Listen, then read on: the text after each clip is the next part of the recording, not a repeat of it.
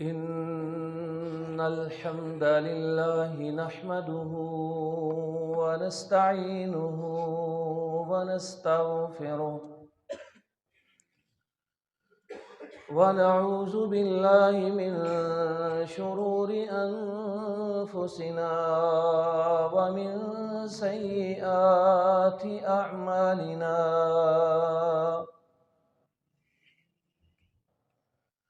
من يهده الله فلا مضل له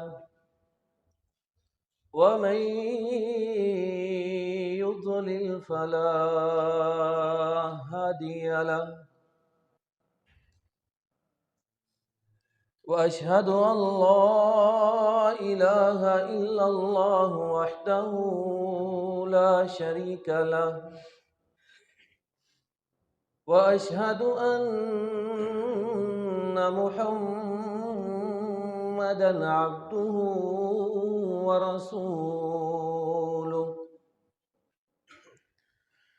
أما بعد فإن خير الحديث كتاب الله وخير الهدي هدي محمد صلى الله عليه وسلم وشر الأمور محدثاتها وكل محدثة بدعة وكل بدعة ضلالة وكل ضلالة في النار.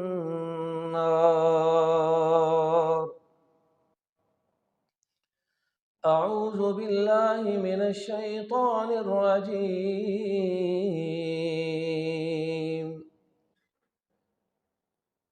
يا أيها الذين آمنوا كتب عليكم الصيام كما كتب على الذين من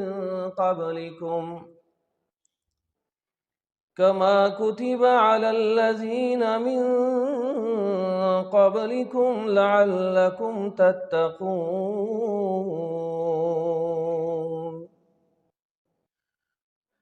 اے لوگو جو ایمان قبول کر چکے ہو،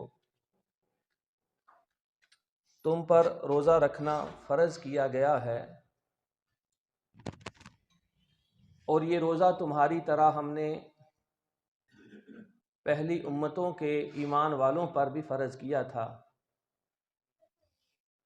مقصد اس کا یہ ہے کہ تم اللہ کے حکم کے پابند ہو کر گناہوں سے رک کر اور ڈر کر زندگی گزار سکو۔ محترم بھائیو، اللہ رب العالمین نے ہمارے دین کے 5 ارکان ہمارے اوپر لازم قرار دیے۔ ان 5 ارکان میں ایک رکن روزہ رکھنا ہے، یعنی ہمارے دین کی جو عمارت ہے، ایک مسلمان کا جو اسلام ہے وہ 5 ستونوں پر کھڑا ہے۔ یہ 5 ایسے ضروری ستون ہیں کہ ایک بھی کم ہو جائے تو عمارت خطرے میں پڑ جاتی ہے۔ آپ اس سے سمجھ سکتے ہیں کہ اگر کوئی شخص روزہ رکھتا ہے اور باقی 4 ارکان اور ستونوں پر بھی پہرا دیتا ہے تو اس کی عمارت، اس کا دین اور اسلام مکمل ہوتا ہے۔ لیکن اگر ایک ستون جیسے روزہ ہے اپنی زندگی سے نکال دیتا ہے تو اس کا ایمان اور اس کا اسلام بھی خطرے سے دوچار ہو جاتا ہے۔ اسی لیے اللہ رب العالمین نے دیکھیے جب روزے کی فرضیت کا اعلان کیا تو مخاطب کن کو کیا ہے؟ یا ایھا الذین آمنو، اے ایمان والو جو کلمہ پڑھنے والے ہو، اور یہ ہم سب ہیں۔ یہ مت سمجھیں کہ بس یہ وہی تھے جن پر قرآن اترا تھا، یہ اللہ ہمیں آواز دے کر مخاطب فرما رہے ہیں، اور ہماری خوش نصیبی ہے کہ ہم اللہ کی ندا اور اس کی آواز کے مخاطب ہیں، اور ہمیں اللہ نے مخاطب کیا ہے۔ اللہ کو کسی کی کوئی ضرورت پرواہ نہیں ہے، لیکن اللہ نے ہمارا وصف ایمان اتنا پسند کیا کہ اللہ نے اس وصف کا تذکرہ کر کے ایمان کی یاد دہانی کر کے بتایا کہ تم پر آگے ایک حکم آ رہا ہے، تمہارے ایمان کا تقاضا ہے کہ اس کو تم نے پورا کرنا ہے۔ اور فرمایا یہ صرف تمہارے لیے نہیں تھا، اس دنیا کے اندر جس نے بھی ہمیں مانا ہے، جس نے بھی ہماری اور ہمارے رسولوں کی دعوت پر لبیک کہا ہے، ہم نے ہر ایک پر روزہ فرض کیا تھا۔ میرے بھائیوں، روزہ بظاہر دیکھنے میں ایسے لگتا ہے کہ جیسے بڑی مشقت اور تھکاوٹ والا کام ہے، لیکن یہ ایک ایسی تربیت ہے، اللہ اس کے ذریعے سے بڑی چیزیں ہمیں یاد کرواتا ہے۔ یقین کیجئے کہ اگر بندے کو پتا ہو میں جو عمل کر رہا ہوں اس پر مجھے مل کیا رہا ہے، تو اس میں تھکاوٹ نہیں بلکہ اس میں لذت اور انسان مزہ محسوس کرتا ہے۔ اس لیے ضروری ہے کہ جب ہم روزہ رکھیں، سحری سے لے کر افطاری تک اور افطاری کے بعد تراویح تک ہمیں پتا ہو کہ جو جو عمل اللہ ہم سے روزے میں کروا رہے ہیں، اللہ نے اس پر انعام کیا رکھا ہے۔ اگر ہم ہر عمل کا ثواب وہ عمل کرتے ہوئے یاد کیا کریں، ہمارے ذہن میں وہ تازہ ہو، تو یقین کیجئے نہ صرف وہ عمل بندے کو محبوب بن جاتا ہے بلکہ ساری زندگی بندہ اس پر پابندی کرتا ہے اور استقامت کا مظاہرہ کرتا ہے۔ مثال کے طور پر دیکھیے، ہمارا روزہ سحری سے شروع ہوتا ہے۔ سحری کے لیے اٹھنا بذات خود ایک بڑا عمل ہے، پھر سحری کے لیے کھانے کا سامان لانا اور کھانا بنانا یہ بھی ایک مشکل کام ہے۔ اس وقت نیند چھوڑ کر اٹھ کر کھانا ہی ایک بہت بڑا کام ہے، لیکن اگر بندے کو پتا ہو نا مجھے اس سحری پر اللہ کے ہاں سے ملنا کیا ہے، تو آپ ذرا سنیں کہ دیکھیں پھر بندہ اپنی خوش قسمتی پر کتنا ناز کرے گا۔ رسول اللہ صلی اللہ علیہ وسلم ارشاد فرماتے ہیں، ان السحور برکۃ فلا تدعوہ، کہ لوگوں سحری کا کھانا یہ برکت ہے، تم نے کبھی اس کو چھوڑنا نہیں ہے۔ ہم برکتیں ڈھونڈنے کہاں کہاں جاتے ہیں، گھر، کاروبار، اولاد کی بہتری کے لیے کہاں کہاں دعائیں کروانے جاتے ہیں، اور اللہ فرماتے ہیں کہ تم گھر میں سحری کرو، ہم تمہارے گھر میں برکتیں نازل کریں گے۔ تمہارے جسم میں برکت جا رہی ہے، تم جو سحری کے لقمے کھا رہے ہو، اور اس سے بڑا اور بڑا انعام، سارے حضرات اس کو توجہ سے سنیں اور لازم کر لے کہ میں نے ہر سحری کے وقت اس اگلی حدیث کو اپنے ذہن میں یاد کرنا ہے۔ وہ کیا ہے؟ اپنی خوش قسمتی دیکھیے کہ جو مسلمان سحری کرتا ہے، رسول اللہ صلی اللہ علیہ وسلم ارشاد فرماتے ہیں، ان اللہ و ملائکتہ، اللہ اور اس کے فرشتے، لا یصلون علی المتسحرین، جب بندہ سحری کھا رہا ہوتا ہے فرشتے اس کے لیے دعائیں کر رہے ہوتے ہیں۔ اور صرف فرشتے نہیں، فرمایا اللہ ایسے بندوں پر رحمت نازل کر رہا ہوتا ہے۔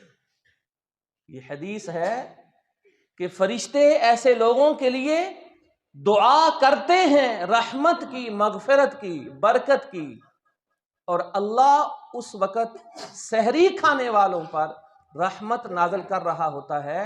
یہ سحری کا انعام رسول اللہ صلی اللہ علیہ وسلم نے ارشاد فرمایا ہے۔ آپ نے سنا کہ پہلے قوموں پر بھی روزے فرض تھے، لیکن ان کا اور ہمارے روزوں کا ایک فرق تھا۔ ان کے روزوں میں سحری نہیں ہوتی تھی۔ ہم سے پہلے جو امتیں تھیں وہ روزہ ایسے رکھتی تھیں کہ شام کو روزہ افطار کیا، سونے تک جو کھانا ہے کھا لیا، سو گئے تو بس اگلا روزہ ساتھ ہی شروع ہو گیا۔ سحری نہیں ہوتی تھی۔ ایسے اٹھپہرے روزے یہ ان کی امتوں میں اللہ کا قانون تھا، لیکن نبی کریم علیہ السلام نے فرمایا اللہ نے ہمارے روزے میں اور ان کے روزے میں یہ فرق رکھا ہے کہ ہمیں سحری کھانے کی اجازت اور اس کی تاکید فرمائی۔ تو سحری میں بندہ اس بات کو یاد رکھے، میرے لیے فرشتے دعائیں کرتے ہیں۔ جو خواتین سحری کا انتظام کرتی ہیں ان کو دوہرا اجر ملتا ہے، ایک روزہ رکھنے کا اور دوسرا روزہ رکھوانے کا۔ ان کی خوش قسمتی دیکھیے کہ ان کے لیے فرشتوں کی دعائیں کتنی زیادہ ہوں گی اور ان کے لیے اللہ کتنی ڈبل ڈبل رحمتیں نازل کرتا ہو۔ جب بندہ سحری کر لیتا ہے اور روزہ شروع ہو جاتا ہے تو پھر کیا ہوتا ہے؟ نبی کریم علیہ الصلوۃ والسلام کا ایک فرمان ہے کہ قیامت کے دن جب بندہ حشر کے میدان میں اللہ کے سامنے حساب دینے آئے گا، بڑی خوفناک حالت ہوگی، کوئی ساتھی نہیں، کوئی وہاں مددگار نہیں، کسی کا سہارا نہیں۔ حدیث کے الفاظ ہیں کہ روزہ اس وقت بندے کا سفارشی بن کر اللہ کے سامنے آ کر گفتگو کرے گا۔ یہ کیسے کرے گا ہمیں بھی پتہ نہیں، یہ ہماری زبان کیسے بات کرتی ہے، ہم نے کوئی پیسے نہیں دیے، یہ اللہ کی قدرت ہے۔ ایسے اللہ روزے کو بھی قوت دے گا، وہ گفتگو کرے گا۔ نبی علیہ السلام نے اس کے الفاظ اور گفتگو اپنی حدیث میں نقل فرمائی کہ روزہ آ کر اللہ سے کہے گا، اے ربی، اے میرے پروردگار، یہ بندہ جو آپ کے سامنے حساب دینے کھڑا ہے، انی منعتہ الطعام والشراب بالنہار، میری وجہ سے اس بندے نے دن کو کھانا پینا رمضان میں چھوڑ دیا تھا۔ یہ میری اہمیت اور فرضیت کو اتنا مانتا تھا کہ حلال کھانا بھی سارا دن نہیں کھاتا تھا۔ فشفعنی فیہ، اے اللہ آج میں اس کی سفارش کرتا ہوں کہ اس کو معاف فرما دے۔ رسول اللہ صلی اللہ علیہ وسلم فرماتے ہیں فیشفع، تو اللہ اس روزے کی سفارش قبول کر کے اس بندے کو معاف کر دے گا۔ یہ روزہ جو ہے چل رہا، اس کی فضیلت دیکھیے اللہ کے ہاں یہ کیا کرے گا۔ اور ایک حدیث میں آتا ہے الصیام جنۃ من عذاب اللہ او من النار، کہ روزہ تمہارے لیے ایسا قلعہ ہے، ایسی ڈال ہے جو تم کو اللہ کے عذاب سے اور جہنم سے بچاتا ہے۔ یہ جو روزہ ہمارا چل رہا ہے، سمجھ لیں کہ ہم ایسے قلعے کے اندر مہینہ گزارتے ہیں جہاں جہنم اثر نہیں کرتی ہے، جہنم جس پر آ نہیں سکتی۔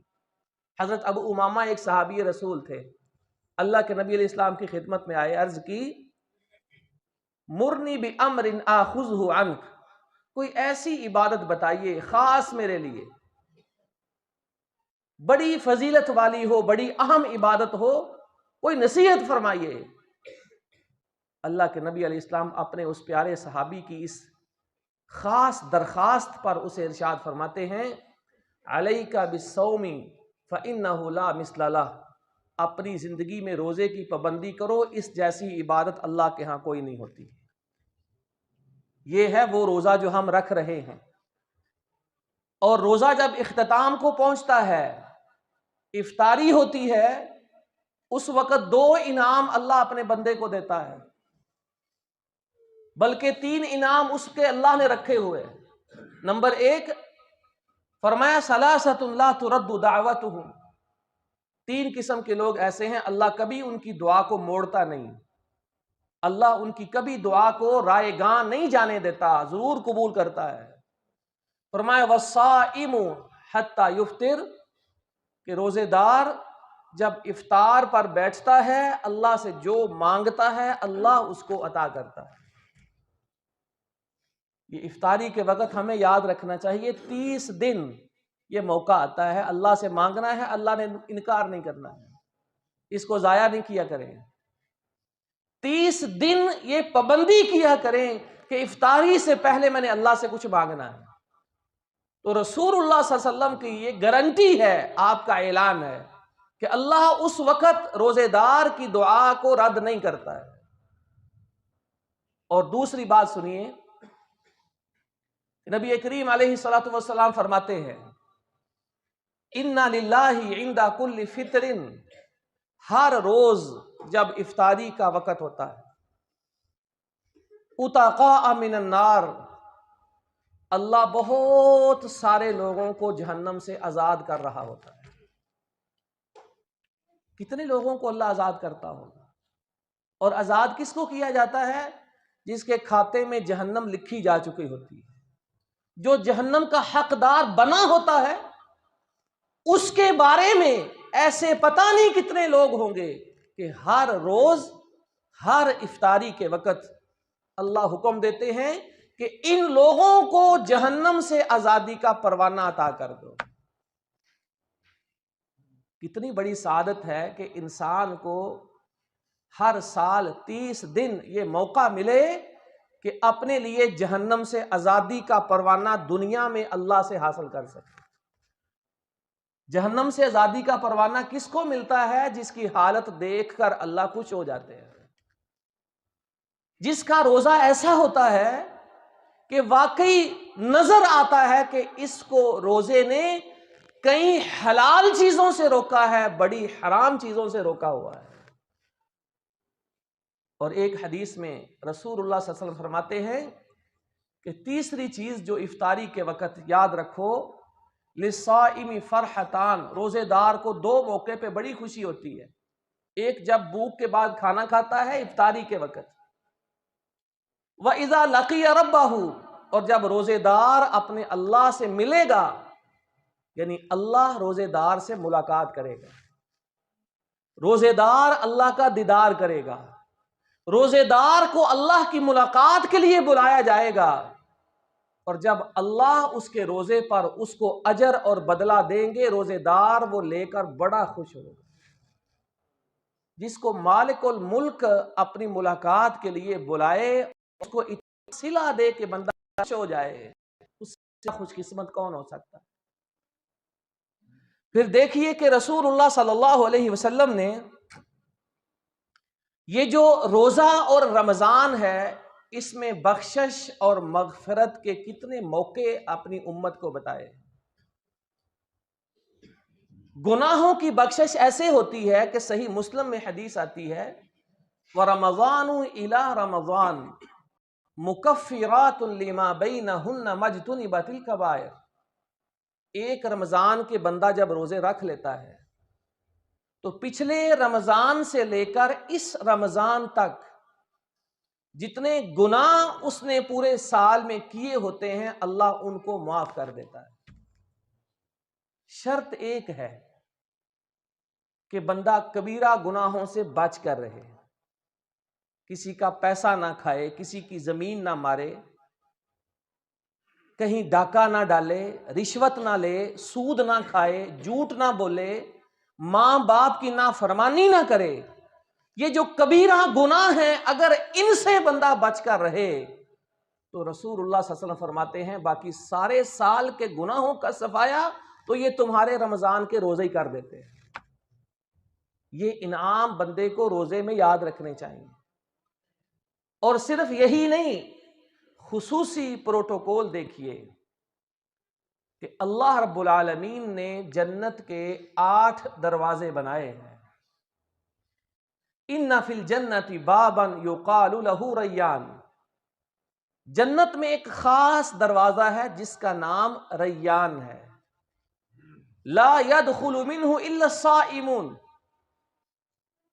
اس دروازے سے صرف وہ لوگ داخل ہوں گے جو روزوں کی پابندی کرتے ہوں گے، اس میں سے کوئی اور جنت میں نہیں جائے گا۔ حدیث کے الفاظ ہیں یقال این الصائمون فیقومون، حشر کے میدان میں آواز لگائی جائے گی، میرے روزے دار بندے کہاں ہیں؟ یہ آواز سن کر سارے روزے رکھنے والے کھڑے ہو جائیں گے اور اس دروازے سے جنت میں داخل ہو جائیں گے۔ جب روزے دار داخل ہو جائیں گے وہ دروازہ بند کر دیا جائے گا۔ یہ پیکج دیکھیے رمضان کا، یہ روزے کے ایک ایک عمل پر اللہ کے ہاں اجر دیکھیے۔ میرے بھائیوں، اگر ہم سحری میں، روزے کے دوران میں، افطاری میں، تراویح میں ہر وقت یہ باتیں یاد رکھیں تو ذرا سوچئے کہ یہ عبادتیں ہمیں لذت دیں گی کہ نہیں دیں گی۔ آپ دیکھیے جب ہم وضو کرتے ہیں، اگر ہمیں وضو میں ہر چیز کو دھوتے وقت ایک حدیث ذہن میں رہے، بندہ کبھی وضو نہیں چھوڑ سکتا ہے۔ وہ حدیث کیا ہے کہ فرمایا جب بندہ وضو میں اپنا چہرہ دھوتا ہے اس کے چہرے سے سارے گناہ صاف ہو جاتے ہیں، آنکھوں سے جتنے گناہ کیے ہیں سارے گناہ اللہ معاف کرتا ہے۔ حدیث کے الفاظ ہیں جو گناہوں کی گندگی اور نجاست ہوتی ہے، بندے کی آنکھوں کے جو بال ہیں، ان کی بوئیں ہیں، ان کے نیچے سے بھی وہ گندگی وضو سے اللہ صاف کر دیتا ہے۔ اگر ہم چہرہ دھوتے وقت یاد کریں کہ میرے گناہ اس پانی کے ساتھ گر رہے ہیں، اور ایک حدیث کے الفاظ ہیں کہ وضو کرتے وقت جیسے پانی کے قطرے چہرے کو لگ کر نیچے گرتے ہیں، ایسے بندے کے گناہ ان قطروں کے ساتھ زمین پر گرتے ہیں، لیکن ہم دیکھ نہیں سکتے۔ اللہ کے نبی کے فرمان پر ہمارا ایمان اور یقین، اور فرمایا ایسے ہی جب بندہ ہاتھ دھوتا ہے ہاتھوں کے ساتھ جتنے گناہ ہوتے ہیں پانی کے ساتھ سارے نیچے گر جاتے ہیں۔ ایسے ہی فرمایا جب تم کانوں کا مسح کرتے ہو جتنے گناہ سننے والے ہوتے ہیں وہ کانوں سے سارے گرتے ہیں، اللہ ان کو معاف کر دیتا ہے۔ حدیث کے الفاظ ہیں حتیٰ من تحت اظفارہ، حتیٰ کہ ناخنوں کے نیچے جو تھوڑی سی جگہ ہے گناہوں کی گندگی اور نجاست یہاں تک بھی پہنچی ہوتی ہے، وضو کا پانی لگتا ہے ہاتھوں اور پاؤں کے ناخنوں کے نیچے جو نجاست گندگی گناہ کی ہوتی ہے وہ بھی پانی کے ساتھ گر جاتی ہے۔